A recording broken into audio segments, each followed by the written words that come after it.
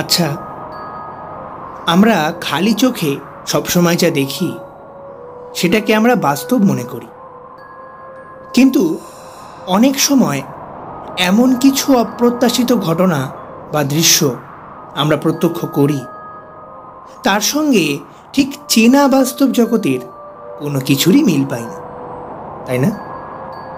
তখন সেগুলিকে আমরা অলৌকিক, ভিত্তিহীন বা ভৌতিক কর্মকাণ্ড বলেই মনে করি। তবে এটা ঠিক, চেনা জগতের বাইরে অদৃশ্য একটি নিশ্ছিদ্র অন্ধকারের ঘেরাটোপ সবসময়ই চলমান, যেখানে বাস্তব জগতের জ্ঞান বা বুদ্ধি কোনোটাই চলে না। আসুন সেই সব অলৌকিক, অপার্থিব ও ভৌতিক কর্মকাণ্ডকে একটি ডায়েরিতে লিপিবদ্ধ করে রাখি। কথা ও কাহিনী এন্টারটেনমেন্টের বিশেষ নিবেদন, দ্য হরর স্টোরি সিরিজ অন্ধকারের ডায়েরি।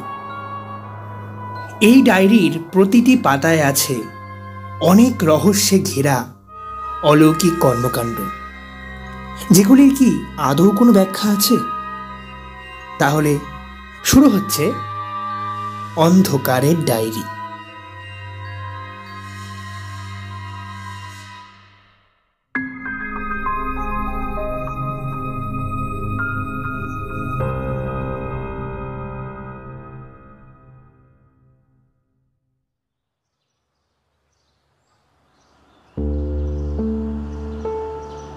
দুপুর যখন 2:30 বাজে, অম্বর আমাকে ফোন করে বলল, হ্যালো, বিকেলে ফাঁকা আছিস?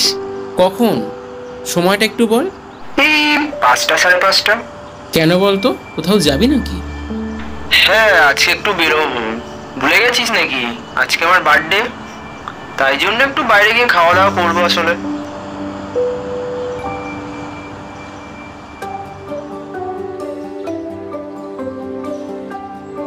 আমার সেদিন বিকেলে একটু কাজ ছিল, কিন্তু খাবার কথা শুনেই আমার সব কাজ করবার ইচ্ছে কোথায় যেন চলে গেল।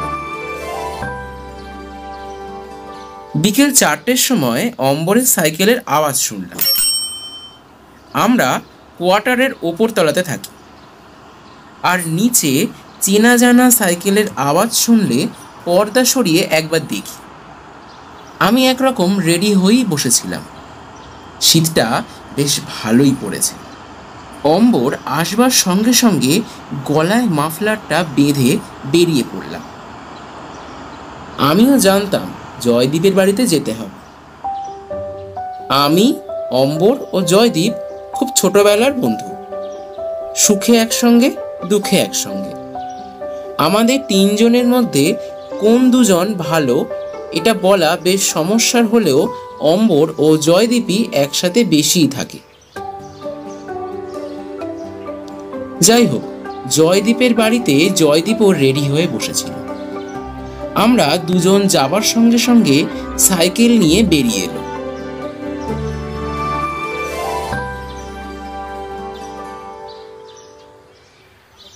প্রথমেই 3 জন একটু ভেবে নিলাম কোন দিকে যাব, সিটি সেন্টারের দিকে নাকি বিধাননগরের দিকে। আসলে আমরা যেখানে থাকি সেখান থেকে বিধাননগর আর সিটি সেন্টার দুটোই একরকম, এক দূরত্ব। সিটি সেন্টারে দোকান প্রচুর আছে, কিন্তু বেশ এক্সপেন্সিভ। অগত্যা বিধাননগরের দিকে যাওয়াই ঠিক হলো।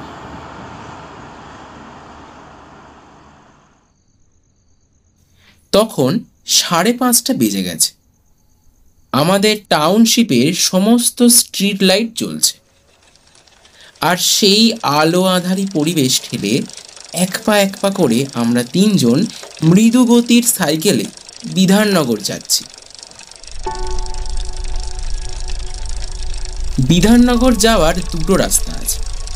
একটা বাস রাস্তা হয়ে একটু ঘুরে ঘুরে যেতে হয়, আর একটা জঙ্গল দিয়ে রাস্তাটাই কাছে হয়, তবে অন্ধকারে যাওয়া যায় না, খুব ছিনতাই হয়। তবে 3 জন 4 জন থাকলে অতটা ভয়ের কিছু থাকে না। সেই মতো আমরা তিনজন জঙ্গলের পথেই বিধাননগরে পৌঁছালাম।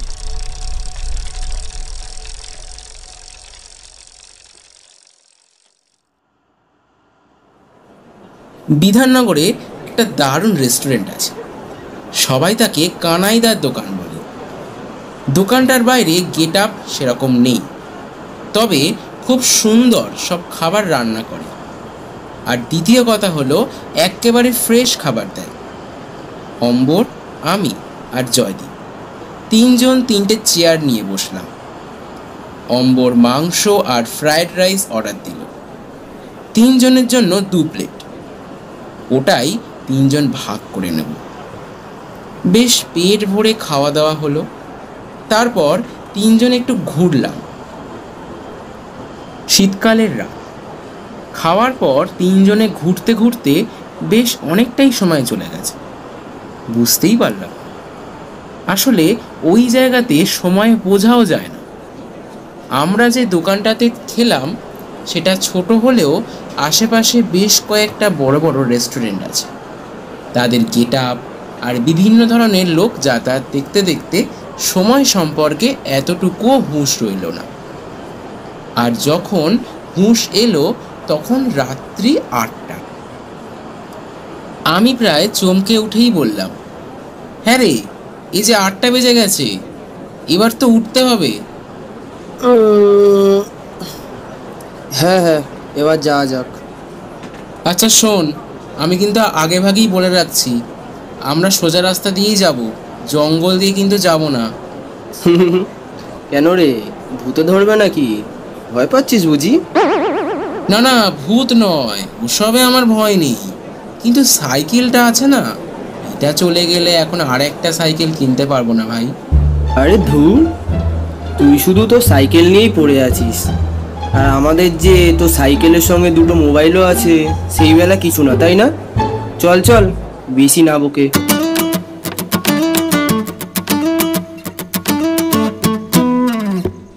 ওদের দুজনের কথার উত্তরের পর আমি আর কিছু বলতে পারলাম না।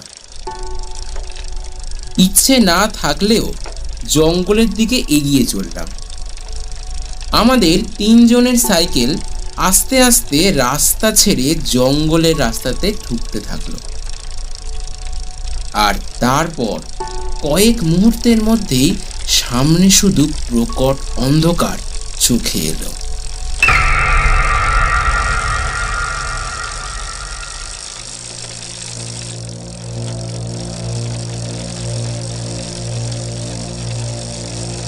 জঙ্গলের রাস্তাটা প্রায় মিনিট 10। চারিদিকটা নিস্তব্ধ। ভুল করেও রাত্রে কেউ এই পথে আসে না, না মানুষ না কোনো পশু পাখি। শুধু আমরা তিনজন শুনছি আমাদের তিনজনের সাইকেলের আওয়াজ। আস্তে আস্তে জঙ্গলটা পেরিয়ে এলাম। জয়দীপ আমাদের মধ্যে সব থেকে আগে বের হলো, তারপর আমি। আমাকে দেখতে পেয়ে জয়দীপ বলল, কিরে, মালটা কই? দেখ, পেছনে আসছে হয়তো। দেখ আবার জঙ্গলের ভিতর কোনো কুচির কাজ করছে কিনা। অম্বর এইরকম খ্যাপামি এর আগেও বহুবার করেছে, তাই সেদিন আমরা সেই মুহূর্তে কোনো চিন্তা করিনি। দুজনে জঙ্গলের বাইরে দাঁড়িয়ে রইলাম।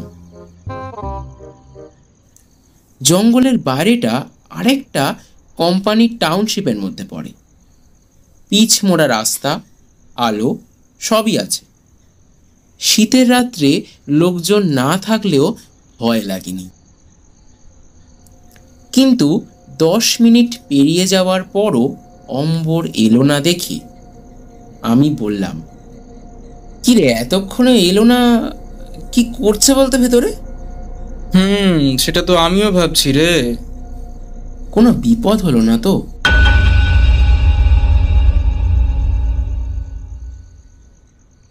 জয়দীপ এই কথাটার কোনো উত্তর দিল না, শুধু একটা লম্বা দীর্ঘশ্বাস ফেলল।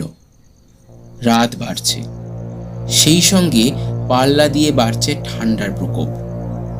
আমি ঘড়ি দেখলাম, রাত্রি 9টা বাজতে 15 মিনিট বাকি। সময়টার কথা জয়দীপকে বলতেই জয়দীপ বলল, চল তো একবার ভেতরে যাই। কিন্তু এই অন্ধকারে খুঁজে পাবে কিভাবে ওকে? না রে, যেমন করেই হোক খুঁজতেই হবে। তারপরই আমরা জঙ্গলের দিকে কয়েক পা এগোতেই একটা হেডলাইটের আলো এসে পড়ল আমাদের গায়ে। ঘাড় ঘুরিয়ে বুঝতে পারলাম পুলিশের গাড়ি। আমরা জঙ্গলের মুখের কাছে দাঁড়িয়ে পড়লাম। 15-20 সেকেন্ডের মধ্যে পুলিশের ভ্যানটা আমাদের কাছে এসে দাঁড়ালো। আমাদের এখানে এরকম পুলিশ ভ্যান টাউনশিপে রক্ষণাবেক্ষণ করে থাকে। ওরা গাড়ি থেকে নেমে আমাদের কাছে দাঁড়িয়ে জিজ্ঞাসা করলো, এই কি ব্যাপার রে, এত রাতে এই জঙ্গলের মধ্যে কি মতলবে? আমি অম্বরের ব্যাপারে এমনিতেই বেশ ভয়ে ভয়েই ছিলাম। তার ওপর পুলিশের কথার কোনো উত্তরই দিতে পারলাম না। জয়দীপ উত্তর দিল, প্রথম থেকে সব ঘটনা বলল। তোমরা আসবার সময় কোনো আওয়াজ শোনোনি? কই কই না তো, সেরকম কোনো শব্দও তো শুনতে পাইনি। কনস্টেবলটি বেশ তাড়াহুড়ো আরম্ভ করে দিল। আমরা কিছুই বুঝলাম না। কিছুক্ষণ পরেই বড় সাহেবকে ডেকে বলল, স্যার, আমাদের তাড়াতাড়ি জঙ্গলের ভেতর ঢুকতে হবে, না হলে হয়তো ছেলেটাকে আর বাঁচাতে পারবো না।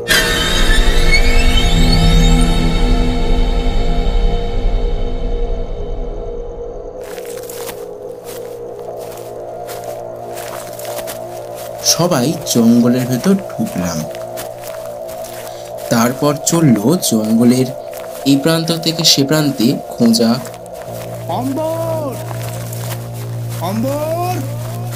এক পা করে প্রায় জঙ্গলের সব দিকটা আমরা তন্ন তন্ন করে খুঁজে ফেললাম, কিন্তু অম্বরের হদিশ আমরা পেলাম না।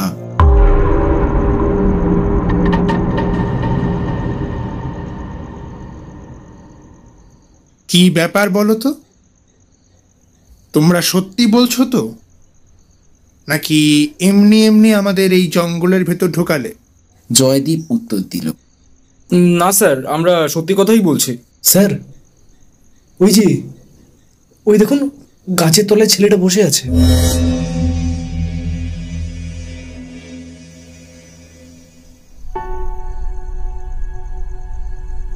আমরা সঙ্গে সঙ্গে অম্বরের কাছে গেলাম।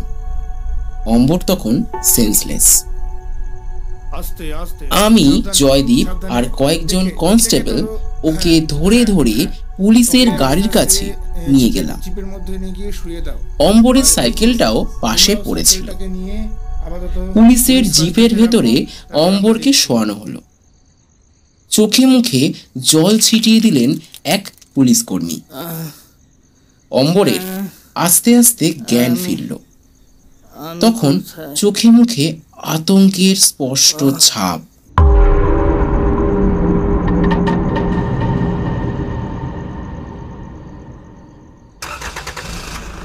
সেদিন পুলিশের জিপ করেই অম্বরকে ওনারা বাড়ি পৌঁছে দিলেন।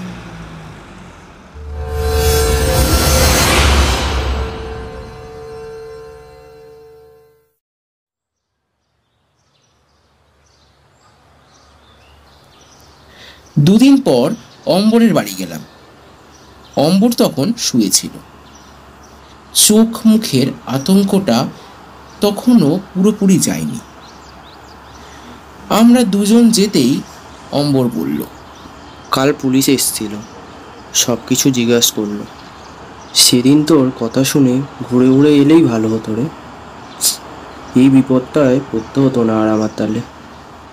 সেদিন ঠিক কি হয়েছিল বলতো? অম্বর কোনো উত্তর দিল না। আমি জয়দীপকে বললাম, আরে ছাড় না, দেখছিস না ওর সমস্যা হচ্ছে, ও একটু সুস্থ হোক, তারপর না হয় জিজ্ঞাসা করিস। কিন্তু আমার কথা শেষ হওয়ার সঙ্গে সঙ্গে অম্বর মাথাটা নিচু করে রেখেই বলল, তোরা তো আগেই চলে গেলি, তারপর আমি ঠিকই আসছিলাম তোদের পেছন পেছন। হঠাৎ মনে হলো কি যেন সাইকেলটা পিছন দিয়ে টেনে ধরে আছে।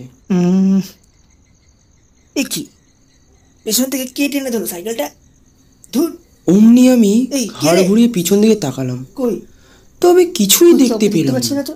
এদিকে সাইকেলটাও নড়লো না, আবার তোরাও ওইদিকে অনেকটা এগিয়ে গেলি। আমি তোদেরকে ডাকবার জন্য চিৎকার করতে গেলাম, কিন্তু বিশ্বাস কর কোনো আওয়াজই বেরোলো না। মনে হলো কেউ যেন আমার মুখটা চেপে দাঁড়িয়ে আছে।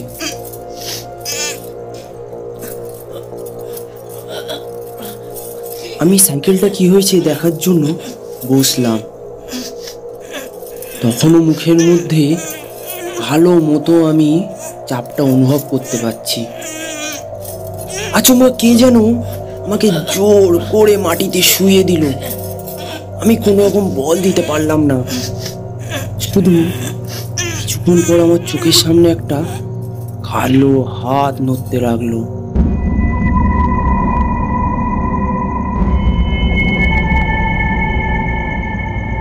আমি প্রথমে ভেবেছিলাম কোনো গাছের পাতা, কিন্তু না, ওটা একটা হাত। আস্তে আস্তে হাতটা আমার গলা টিপে ধরলো। আমি কোনো রকমে ছাড়ানোর চেষ্টা করলাম, কিন্তু হাতটাকে ধরতে মনে হলো ওটা একটা স্ত্রী লোকের হাত।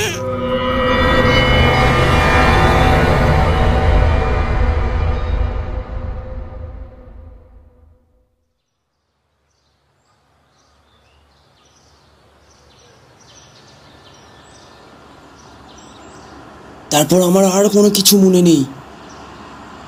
যখন জ্ঞান এলো তখন দেখলাম আমি পুলিশের জিপে শুয়ে আছি।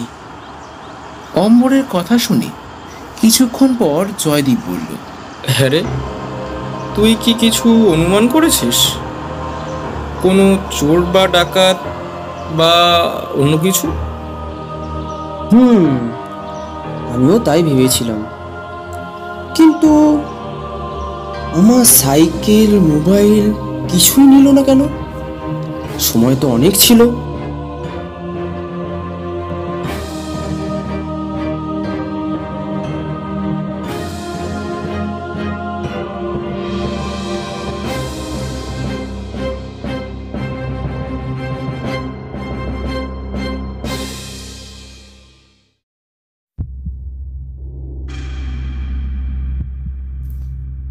শুনলেন অন্ধকারের ডায়েরি, নিবেদনে কথা ও কাহিনী এন্টারটেনমেন্ট।